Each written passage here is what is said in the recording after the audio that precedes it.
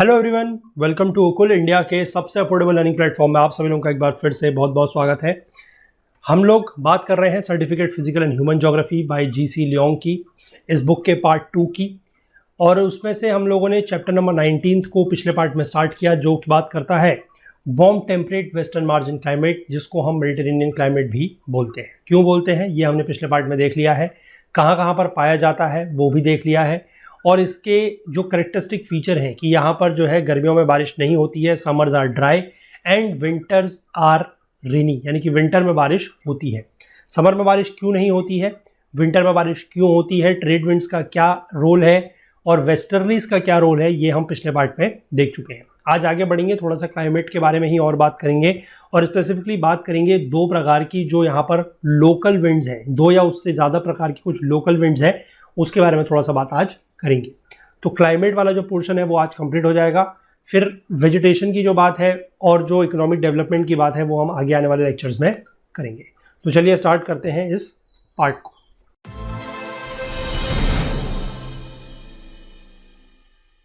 देखिए, जो क्लाइमेट में तीसरा पॉइंट है that is the bright sunny weather with hot dry summers and wet mild winters, है ना। ये कुछ उसी तरीके की बात है जो हम पीछे देख चुके हैं, लेकिन यहां पर इसका एक अलग डायमेंशन हमें देखने को मिलेगा। क्या है, देखिए, considering it's mid latitude position, क्योंकि ये जो एरिया है ये या फिर इस तरीके का जो क्लाइमेट है वो मिड लैटिट्यूड या फिर टेम्परेट रीजन में पाया जाता है। तो Mediterranean regions have a very favourable climate unrivalled by any other climatic regions, यानी कि यहाँ का जो क्लाइमेट है वो कैसा है, बहुत ज़्यादा एक तरीके से इसको बोलते हैं खुशनुमा, है ना। मौसम जो है यहाँ का बहुत खुशनुमा है, और ऐसा किसी भी और क्लाइमेटिक जोन में या किसी भी और क्लाइमेटिक रीजन में नहीं पाया जाता।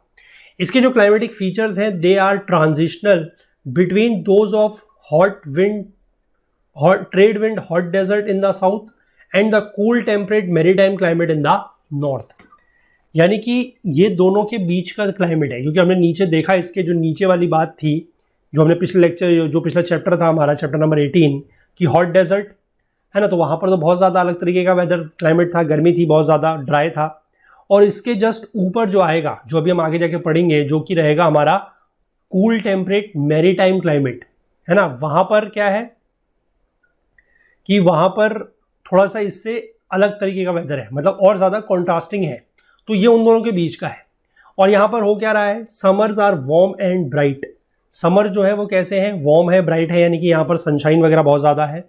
और विंटर्स जो है they are so mild and cool that many tourist come at all times of the year, यानी कि सर्दी भी जो हो रही है वो बहुत ज़्यादा चिल्ड नहीं है, चिली विंटर्स नहीं है, है ना, माइल्ड यहाँ पर सर्दी हो रही है। स्काई जो है वो ऑलमोस्ट क्लाउडलेस है और सनशाइन इज ऑलवेज अबंडेंट, यानी कि बादल जो है वो ना के बराबर है, आसमान में बादल बिल्कुल भी आपको देखने को नहीं मिलेंगे, और जो सनशाइन है वो भी पर्याप्त है, ऑलवेज अबंडेंट। एक एग्जांपल दिया है कि जुलाई की अगर हम बात करें तो रोम, फिर से याद दिलाऊंगा, रोम इटली में है, has as much as 11 hours of sunlight and with the Mediterranean palm tree around, tourist feel very much as if they are in the tropics, यानी कि यहाँ पर अबंडेंट सनशाइन देखिए कितनी ज़्यादा है कि एक दिन में लगभग 11 घंटे तक यहाँ पर धूप रहती है, 11 आवर्स ऑफ सनलाइट रहती है लगभग। और जो मेडिटेरेनियन पाम ट्रीज़ हैं, क्योंकि काफ़ी ज़्यादा यहाँ पर पाम ट्रीज़ जो है वो आपको देखने को मिलेंगे, तो ऐसा सब कुछ देख के टूरिस्ट को ऐसा लगता है, जो पर्यटक है उनको ऐसा लगता है कि वो ट्रॉपिकल रीजन में है। Even in mid summer the intense heat is never सल्ट्री, मतलब कि बहुत ज़्यादा हॉट एंड ह्यूमिड नहीं है, बहुत ज़्यादा हॉट एंड ह्यूमिड नहीं है। कब, बिल्कुल जिस समय पीक में जब समर होता है उस समय भी बहुत ज़्यादा हॉट एंड ह्यूमिड यहाँ की विंड नहीं है, हीट नहीं है। The combined effects of on shore winds and the maritime breezes keep the temperature down to about 50 degree Fahrenheit in winter and not often exceeding 75 degree Fahrenheit in summer, यानी कि यहाँ पर एक तो ऑन शोर विंड्स है और दूसरी वजह से मैरीटाइम ब्रीजेज हैं, मतलब जो समुद्र की तरफ से कुछ ब्रीज वगैरह आ रही है, लोकल विंड्स वगैरह हैं, तो उसकी वजह से क्या है कि दोनों का एक इफेक्ट बैलेंस में रहता है। सर्दियों में टेम्परेचर जो है वो 50 डिग्री फ़ारेनहाइट से नीचे नहीं जाता, और गर्मियों में जो है वो ज़्यादातर 75 डिग्री फ़ारेनहाइट से ऊपर भी नहीं जाता। क्लाइमेट जो है वो इतना ज़्यादा माइल्ड है that many of the local people sleep in the open air, यानी कि काफ़ी ज़्यादा जो यहाँ के लोकल लोग हैं वो खुली हवा में भी सोना पसंद करते हैं, क्योंकि यहाँ का जो क्लाइमेट है वो इतना ज़्यादा माइल्ड है। अब गर्मी अगर बहुत ज़्यादा होगी तब भी आप खुली हवा में नहीं सो सकते, और सर्दी अगर बहुत ज़्यादा होगी तब भी आप खुली हवा में नहीं सो सकते। खुली हवा में सोने का मतलब है कि आप अपने घर के अंदर चार दीवारी में नहीं हैं, बाहर सो रहे हैं, लेकिन वो तभी पॉसिबल हो सकता है जब वेदर इतना ज़्यादा माइल्ड हो तब। जो एनुअल टेम्परेचर रेंज दी गई है वो 15 से 25 डिग्री फ़ारेनहाइट के बीच में है। मतलब जैसे यहाँ पर दिया है कि 50 डिग्री से कम जो है वो सर्दियों में नहीं होता, तो 50 डिग्री आपकी विंटर हो गई, यानी कि मिनिमम हो गया, लोएस्ट हो गया। और गर्मी में जो है 75 डिग्री से ऊपर नहीं जाता, तो मतलब हाईएस्ट हो गया 75 डिग्री मैक्सिमम टेम्परेचर। तो इन दोनों के बीच की आप रेंज निकाल लें या डिफरेंस निकाल लें, उसी को हम क्या बोलेंगे, एनुअल रेंज। तो वो लगभग कितनी है, 25 डिग्री फ़ारेनहाइट से लेकर 15 डिग्री फ़ारेनहाइट तक होती है, उससे ज़्यादा उसमें फ़र्क नहीं पड़ता। जो मेडिटेरेनियन रीजन्स हैं they are famous for their health and pleasure resorts and frequented by millions all round the year, यानी कि यहाँ पर बहुत सारे जो है हेल्थ रिजॉर्ट्स और प्लेजर रिजॉर्ट्स हैं, मतलब जहाँ पर लोग पिकनिक वगैरह मनाने या टूर वगैरह पे आते हैं। और यहाँ पर इसी सारी सुविधाओं की वजह से और यहाँ का जो वेदर इतना बढ़िया है, क्लाइमेट इतना बढ़िया है, उसकी वजह से काफ़ी सारे लोग यहाँ पर जो है मिलियंस ऑफ पीपल यहाँ पर आते हैं, और वो भी पूरे साल, यानी कि पूरे साल यहाँ पर एक तरीके से सीजन जो है वो रहता है।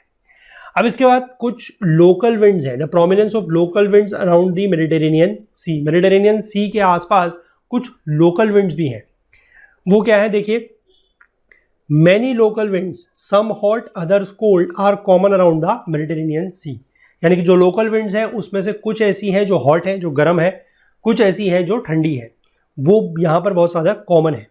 अब उनके होने के कॉजेज यानी कि कारण जो है वो बहुत ज़्यादा है, मैनी है और वेरिड है, यानी कि हर तरीके की विंड का एक ही कारण नहीं है, किसी विंड का कुछ कारण है, किसी विंड का कुछ कारण है, तो ऐसे। इसके बाद जो टोपोग्राफी ऑफ द रीजन है with the high Alps in the north, the Sahara Desert in the south, the continental interiors in the east, and the open Atlantic on the west give rise to the great differences in temperature, pressure and precipitation। यानी कि यहाँ पर जो relief feature है वो भी अलग अलग है। कैसे, मैंने आपको दिखाया था कि इटली के ऊपर वाला जो पोर्शन है वहाँ पर एल्प्स माउंटेन है। उसके बाद साउथ में हमें पता है कि मेडिटेरेनियन सी के जस्ट नीचे क्या लगता है, अफ्रीका लगता है, वहाँ पर हमने देखा है कि बहुत बड़ा डेजर्ट है, सहारा डेजर्ट। उसके बाद अगर आप मेडिटेरेनियन सी से ईस्ट की तरफ को जाएंगे तो कॉन्टिनेंट का इंटीरियर आ जाएगा, और वेस्ट की तरफ पे तो आपको पता ही है कि पूरा का पूरा एक अटलांटिक ओशन है, इतना बड़ा है ना। तो इन सब की वजह से यहाँ पर क्या होता है कि यहाँ पर टेम्परेचर, प्रेशर और प्रेसिपिटेशन में बहुत ज़्यादा अंतर देखने को मिलता है। जो पासिंग साइक्लोन्स है from the Atlantics, the anti cyclones from the north and the cold air masses from the continental interiors are often interrupted और चैनल्ड बाय रिलीफ फीचर्स, यानी कि इस तरीके के जो भी साइक्लोन्स है, साइक्लोन भी बेसिकली एक तरीके से क्या होती है कि जो प्रेशर का डिफरेंस होता है उसकी वजह से जो विंड मूव करती है, that is basically the kind of cyclones, है ना। साइक्लोन, एंटी साइक्लोन यही है। या फिर जो कोल्ड एयर मास मूव कर रहे हैं वो क्या होते हैं, दे आर आइदर इंटरप्टेड और channelled by the relief features. Relief features मतलब जैसे कि कोई बड़ी पहाड़ी है या कोई वैली है, तो उससे या तो उनको एक चैनल मिल जाता है प्रॉपर जिसके थ्रू वो जा सकते हैं, या फिर उनको अगर मान लीजिए वो उसके परपेंडिकुलर होंगे, मान लीजिए विंड आपकी अगर ऐसे मूव कर रही है और पहाड़ी ऐसे है तो वैली के बीच से निकल जाएगी हवा। अगर विंड ऐसे बह रही है और पहाड़ी ऐसे है तो वो यहाँ पर क्या हो जाएगी, ऑब्स्ट्रक्ट हो जाएगी या इंटरप्ट हो जाएगी। तो रिलीफ फीचर्स की वजह से ये चीज़ होती है, और इन्हीं की वजह से जो ये इंटरप्शन और channelisation of the relief of the winds by the relief features होता है, इसकी वजह से कुछ लोकल विंड्स पैदा होती हैं अराउंड द मेडिटेरेनियन। अब ये विंड्स जो है इनकी स्ट्रेंथ अलग अलग है, इनका डायरेक्शन अलग अलग है, यानी कि हर एक डायरेक्शन में ही मूव नहीं कर रही है, अलग अलग डायरेक्शन मूव कर रही है, और इनका जो ड्यूरेशन है कि कितने समय तक इस तरीके की विंड जो है वो रहती हैं वो भी अलग अलग है, जिससे लाइफ्स यानी कि जो जिंदगी है उसको असर पड़ रहा है, क्रॉप्स यानी कि फसलों को भी असर पड़ रहा है, और लोगों की जो एक्टिविटीज़ है उनके ऊपर भी असर पड़ रहा है। अभी ऊपर एक फिगर दिया गया है जिसमें ये location and direction of some of these local winds दी गई हैं, and are more important ones are described below. और इसमें दो विंड जो है, जैसे एक है सिरोको और दूसरी है मिस्ट्रल, उनके बारे में यहाँ पर डिटेल में दिया गया है। बाकी ऊपर कुछ और नाम वगैरह भी दिए गए हैं, पहले नीचे पढ़ लेंगे क्योंकि ऊपर अगर हम ऐसे जाके डायरेक्ट देखेंगे तो समझ में नहीं आएगा। हालांकि विंड्स के नाम मैं आपको यहाँ पर बता सकता हूँ, one is this leveche, one is sirocco, then एक चिली है, एक गिबली है, खमसिन, गार्बी, ऊपर आप देखेंगे तो we have gregale, bora, tramontana, mistral, levante, है ना, ऐसे करके ये बहुत सारी विंड्स हैं। लेकिन ये ऐसे समझ में नहीं आएंगे जब तक हम इनके बारे में थोड़ा सा जाके नीचे पढ़ेंगे नहीं। तो सबसे पहले सिरोको की बात करेंगे। सिरोको फिलहाल आप यहाँ पर से ध्यान रख लीजिए कि ऐसे करके मूव कर रही है ऊपर की तरफ को, ठीक है, दिस इज योर सिरोको, ये एक लोकल विंड है। और इसके अलावा देखिए ये this is a hot dry dusty wind which originates in the Sahara desert. मैंने आपको दिखाया पहले ही कि कॉन्टिनेंट पे नीचे की तरफ से जा रही है, और अफ्रीका जो कॉन्टिनेंट पड़ता है कहाँ पर, जस्ट मेडिटेरेनियन सी के नीचे, वो क्या है, द डेजर्ट, सहारा डेजर्ट है। तो वहां से जो विंड जाएगी वो अपने आप समझ सकते हैं कि हॉट होगी, गर्म होगी, ड्राई भी होगी क्योंकि रेगिस्तान से जा रही है, तो उसमें ऑब्वियस सी बात है कोई मॉइस्चर तो होगा नहीं, और डस्टी भी होगी क्योंकि अपने साथ वो सैंड वगैरह लेके जाएगी। दो इट में occur at any time of the year, it is most frequent in spring and normally last for only a few days. हालांकि ये साल भर में कभी भी चल सकती है इस तरीके की विंड, लेकिन ज़्यादा ये जो कॉमन है या जो फ्रीक्वेंट है वो स्प्रिंग के महीने में होती है, स्प्रिंग के समय पे होती है, और कुछ दिनों तक ये बनी रहती है। अब ये लिखा है देखिए, the sirocco blows outwards in a southerly direction. अब ये साउदर्ली डायरेक्शन का मतलब आपको ये ध्यान रखना है कि साउथ की तरफ को नहीं जा रही है, क्योंकि मैंने आपको एक चीज़ बताई थी कि विंड्स के केस में हम लोग जो नेमिंग करते हैं, जैसे अगर हम बोलते हैं वेस्टर्लीज, तो वेस्टर्लीज मतलब जो वेस्ट की तरफ से आ रही हैं, नॉर्थ ईस्ट विंड्स या नॉर्थ ईस्ट ट्रेड विंड्स मतलब जो नॉर्थ ईस्ट की तरफ से आ रही है। सिमिलरली अगर हम बोले सदर्ली विंड्स या सदर्ली डायरेक्शन की जो विंड्स है, मतलब वो साउथ की तरफ से आ रही है, ठीक है। ये इसको समझना, गड़बड़ ये बिल्कुल नहीं करनी है कि साउदर्ली का मतलब ये नहीं है कि ये विंड साउथ की तरफ को जा रही है, ठीक है, साउथ की तरफ को नहीं जा रही है। मैंने पहले ही बता दिया कि सहारा डेजर्ट से निकल रही हैं और फिर ऊपर की तरफ को जा रही हैं। इनका डायरेक्शन या तो सदर्न रहता है, मतलब साउथ से नॉर्थ की तरफ को रहता है, या फिर ये चलती है साउथ ईस्ट डायरेक्शन में, यानी कि या तो ऐसे या फिर ऐसे, ठीक है। This one will be southern और ये वाला आपका हो जाएगा साउथ ईस्टर्न। आई होप समझ गए आप। फ्रॉम द डेजर्ट इंटीरियर, यानी कि डेजर्ट के अंदर से जाती है into the cooler Mediterranean sea, और मेडिटेरेनियन सी की तरफ को जा रही है। It is usually associated with depressions from the Atlantic passing from the coast eastwards inlands. और इसके साथ साथ जो है अटलांटिक ओशन से कुछ डिप्रेशन वगैरह भी जो है वो चलते हैं, जो कोस्ट को पास कर रहे हैं ईस्टवर्ड, मतलब ईस्ट की तरफ को। और मेडिटेरेनियन सी को जब ये क्रॉस कर लेगी, हालांकि पहले तो बहुत ज़्यादा ड्राई एंड हॉट है, लेकिन जब मेडिटेरेनियन सी को ये क्रॉस करेगी तो ये थोड़ा सा कूल हो जाएगी, slightly cooled by the absorption of water vapour. क्यों? क्योंकि ऑब्वियस सी बात है, जब ये किसी वाटर बॉडी के ऊपर से, मेडिटेरेनियन सी के ऊपर से जाएगी तो क्या होगा, वो थोड़ा सा मॉइस्चर भी एब्जॉर्ब कर लेगी और साथ ही साथ थोड़ा सा ठंडी भी हो जाएगी। लेकिन अभी भी ये काफ़ी हॉट है, it is still hot and dry with a temperature of over 105 degree Fahrenheit, यानी कि गर्म तो अभी भी है, मैं ये नहीं कह रहा कि गर्म नहीं है, लेकिन हाँ जितनी पहले थी उससे थोड़ा सा कम हो गई है। Its scorching breath withers vegetation and crops. पहली बात तो ये वर्ड सॉर्चिंग नहीं है, this word is scorching, SCORCHING। Scorching का मतलब होता है कि जो जलने चुभने वाली तरीके की गर्मी होती है वो, that is the scorching heat. तो इसकी जो स्कॉर्चिंग ब्रेथ है that withers vegetation and crops, तो इसकी वजह से क्या होता है कि ये इतनी ज़्यादा हॉट एंड ड्राई है कि इसकी वजह से जो वेजिटेशन है या जो क्रॉप्स है वो सूख जाती है, विदर हो जाती है। The damage is particularly serious when it comes at the times during which vines and olives are in blossom. और ये नुकसान और भी ज़्यादा हो सकता है अगर ये विंड उस समय आती है जिस समय वाइन्स और ऑलिव्स, ऑलिव्स क्या है, एक तरीके का एक फल होता है, आपको पता है ऑलिव, है ना, और वाइन्स मतलब जो बेल वगैरह लगी रहती है, क्योंकि इन वाइन्स का क्या इफेक्ट है वो यहाँ के इकोनॉमिक डेवलपमेंट में बहुत एक इंपॉर्टेंट रोल प्ले करते हैं, वो हम आगे जाके समझेंगे। लेकिन जिस समय अगर वाइन्स और ऑलिव्स अगर वो पूरी तरीके से खिले हुए हैं, ब्लॉसम कर रहे हैं, और उस समय अगर इस तरीके की ड्राई हॉट विंड्स आती हैं तो फिर नुकसान जो है वो और भी ज़्यादा हो सकता है। ये सिरोको जो है इतनी ज़्यादा प्रोमिनेंट है that it is called by many other local names. इसके अलग अलग नेम हैं, जैसे टूनिसिया में बात करें तो चिली है, लीबिया में बात करें तो घिबली है, स्पेन में बात करें तो लेवेचे है, इजिप्ट में बात करें तो खमसिन है, और माल्टा में, इजिप्ट और माल्टा में खमसिन है। इन दी एड्रियाटिक और एजियन सी में बात करें तो इस हॉट विंड को घरबी के नाम से जाना जाता है। Gathers much moisture causing fog heavy due and rain. और इस रेन जो ये करती है ये है ब्लड रेन, इसको ब्लड रेन भी बोलते हैं। क्यों?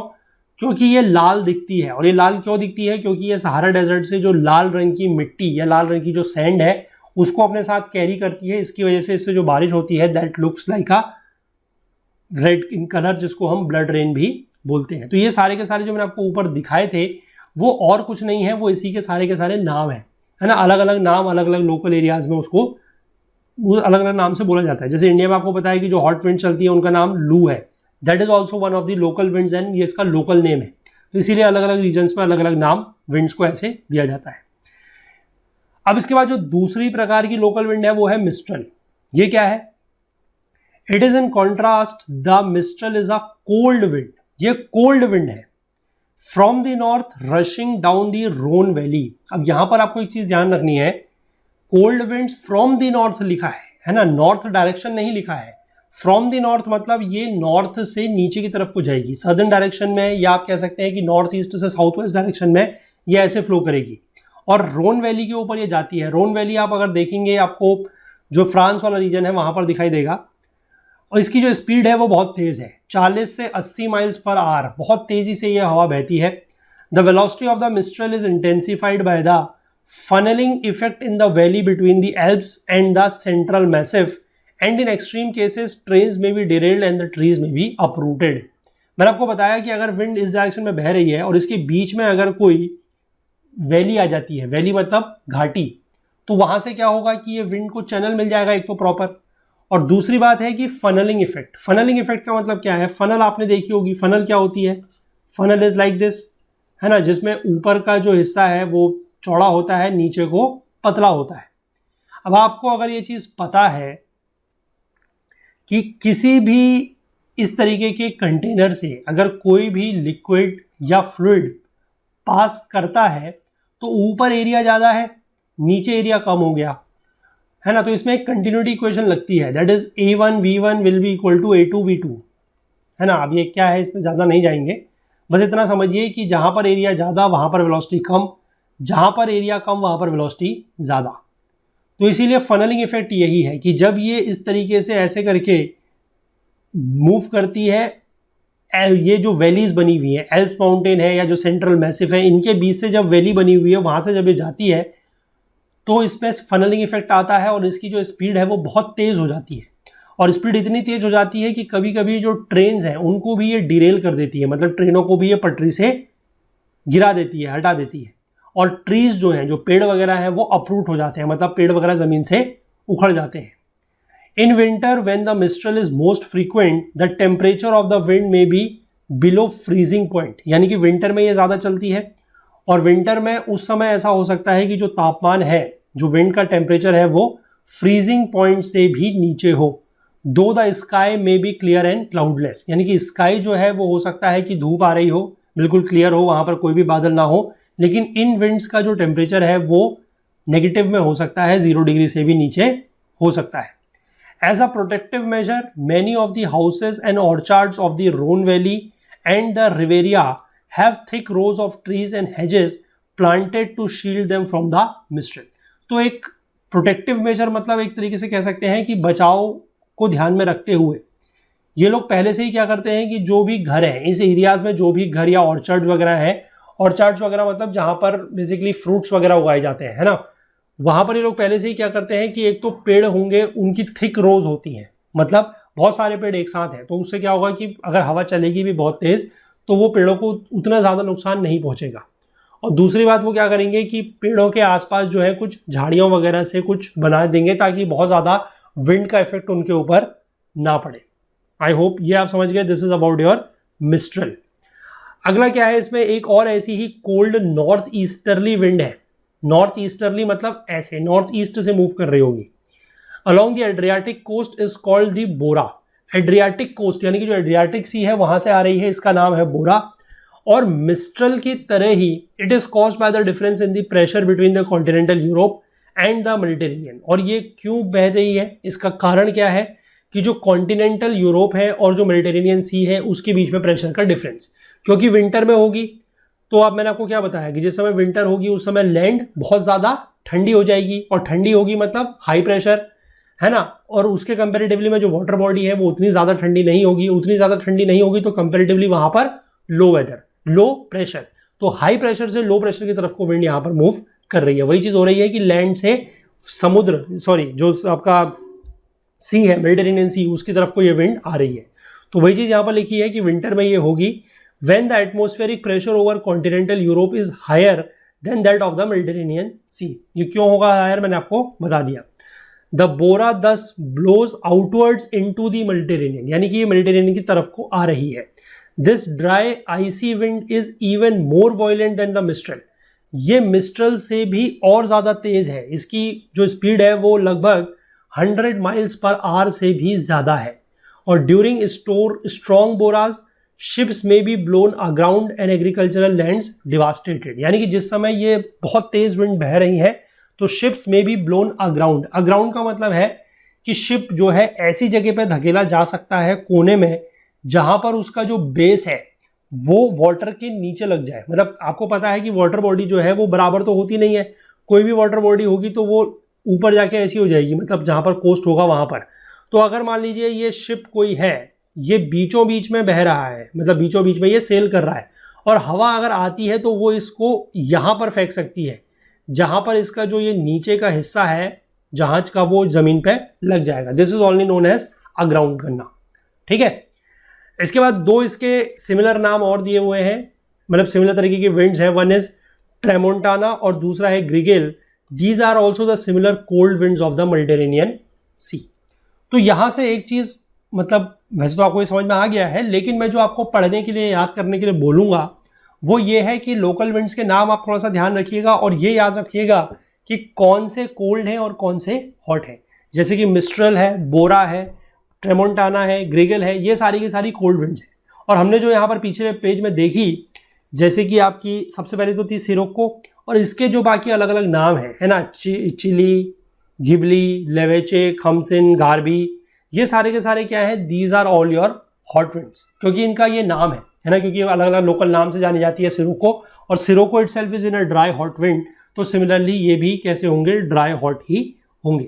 और उसी के कंपैरिजन में कोल्ड आप देख लीजिए मिस्ट्रल, फिर ऊपर से जो एड्रियाटिक की तरफ से आ रही है दैट इज बोरा, और बाकी इसी की तरीके से दो और भी आपको देखने को मिल जाएंगी दैट इज ट्रेमोंटाना एंड ग्रिगेल। और यही सारी की सारी जो विंड्स हैं वो आप यहाँ पर मैप में भी देख सकते हैं, ये यहाँ पर सारी की सारी बनाई है। अब यहाँ पर आप वो चीज़ समझ सकते हैं जो मैं आपको पिछले लेक्चर में बता रहा था, है ना, कि ईस्ट ऑफ एड्रियाटिक में बारिश क्यों होती है। तो ये वाला जो सी है basically this is your Adriatic sea, और एड्रियाटिक सी के भी ऊपर से आ रही है दैट द विंड इज बोरा, ठीक है। आई होप ये चीज़ आप बिल्कुल अच्छे से यहाँ तक समझ गए होंगे। तो इसी के साथ हमारा जो इसका क्लाइमेट वाला पोर्शन था इस चैप्टर का वो कंप्लीट हो गया है। तो इस लेक्चर को हम लोग इतना ही रखेंगे, क्लाइमेट तक हम लोग देख चुके हैं। अगले लेक्चर से हम लोग बात करेंगे जो नेचुरल वेजिटेशन होगी उसकी, कि यहाँ पर किस तरीके की नेचुरल वेजिटेशन पाई जाती है, और फिर आगे आने वाले लेक्चर में हम लोग बात करेंगे कि जो हमारा यहाँ पर इकोनॉमिक डेवलपमेंट है, इस रीजन का इकोनॉमिक डेवलपमेंट या जो आर्थिक विकास है वो किस तरीके से है, यहाँ पर क्या क्या एक्टिविटीज होती हैं और क्या इकोनॉमिक डेवलपमेंट है, सारे डायमेंशंस को हम लोग जो है वहाँ पर देखेंगे। तो कंटेंट रिलेटेड अगर आपको कोई भी डाउट होता है तो आप हमारे टेलीग्राम का group Okul GS UPSC discussion forum, इसको ज्वाइन कर सकते हैं। इसका लिंक आपको नीचे डिस्क्रिप्शन में मिल जाएगा, या फिर आप इसको टेलीग्राम में सर्च करके भी ज्वाइन कर सकते हैं। फुल कोर्स में तो आप लोग एनरोल किया हुआ है, तभी आप इस वीडियो को देख पा रहे हैं, क्योंकि ये वीडियोस हमारे सिर्फ वेबसाइट पर अवेलेबल है। अगर आपको कोई भी कोर्स को यूज़ करते समय, कोर्स को एक्सेस करते समय अगर कोई भी टेक्निकल क्वेरी आ रही है तो आप हमसे support@okul.co पर कॉन्टैक्ट कर सकते हैं।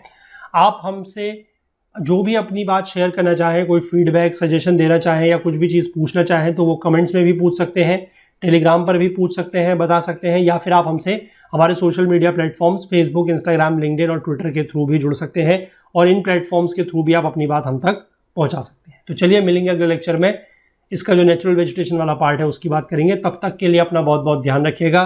Please do take care of yourself. Thank you, have a nice day, bye bye.